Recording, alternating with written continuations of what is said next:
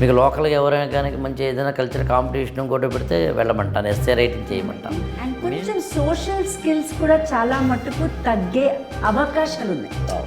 మాకు 8th class నుంచి degree వరకు ఉన్న స్టూడెంట్స్కి ఐఏఎస్ ఫర్ యంగ్ ఇండియా అనే ప్రోగ్రామ్ ఉంది. డిగ్రీ అయిన వాళ్ళేమో ఈ గురుకులం అనే దాంట్లో ఉంటారు. ఆ ఆహనా పెళ్ళంట సినిమాలో రాజేంద్ర ప్రసాద్ లాగా అయితే నాకేంటి, ప్రతి వారం ఒక మ్యాగజైన్, ఆ మ్యాగజైన్లో స్టూడెంట్స్ యొక్క ఆర్టికల్స్, వాళ్ళ ఫోటోలు, వాళ్ళకి సంబంధించిన ఏవైతే ఉంటాయో వాటన్నింటినీ ఏర్పాటు చేయాలి. ఇంతవరకు మనము రైటింగ్ స్కిల్స్ మీద చాలా మటుకు మీరు చెప్పారు. ఇప్పుడు నోట్స్ మీకు ఎంత ఇంపార్టెంట్, ఒక ఎస్సే రాయాలంటే ఎలా రాయాలని చెప్తున్నారు.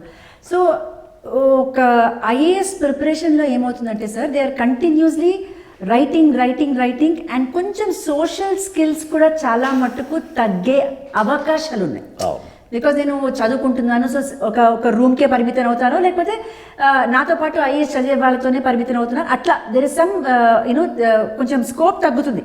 ఎగ్జాక్ట్. సో ఈ ఆన్లైన్ చేసేటప్పుడు డెఫినెట్లీ పబ్లిక్ స్పీకింగ్ కానీ oratory skills are also equally important. Because మీ లాస్ట్ స్టేజ్ ఒక ఐఏఎస్లో నెగ్గాలి అంటే ఇంటర్వ్యూ.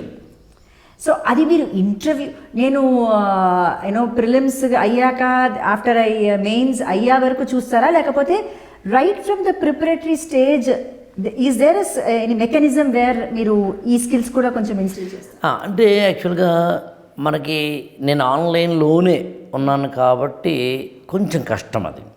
దానికి నేను ఏర్పరచుకున్న విధి విధానాలు ఏంటంటే, ఏ స్టూడెంట్ అయినా కానీ మాకు 8th క్లాస్ నుంచి డిగ్రీ వరకు ఉన్న స్టూడెంట్స్కి ఐఏఎస్ ఫర్ యంగ్ ఇండియా అనే ఒక ప్రోగ్రాం ఉంది.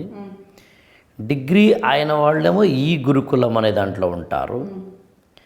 నేను కాలేజీ స్టూడెంట్స్, స్కూళ్ళల్లో చదివే స్టూడెంట్స్ అయితే మాత్రం మీకు ఎప్పుడు అవకాశం వస్తే అప్పుడు కాలేజీల్లో మీరు కల్చరల్ కాంపిటీషన్స్, సాంగ్స్ కావచ్చు, లేకపోతే డ్యాన్సులు కావచ్చు, క్విజ్ కావచ్చు, ఎలక్యూషన్స్ కావచ్చు, ఈవెన్ ప్లాంటేషన్ కావచ్చు, బ్లడ్ డొనేషన్ కావచ్చు, ఈ ప్లీజ్ పార్టిసిపేట్ యాక్టివ్లీ అంటాం.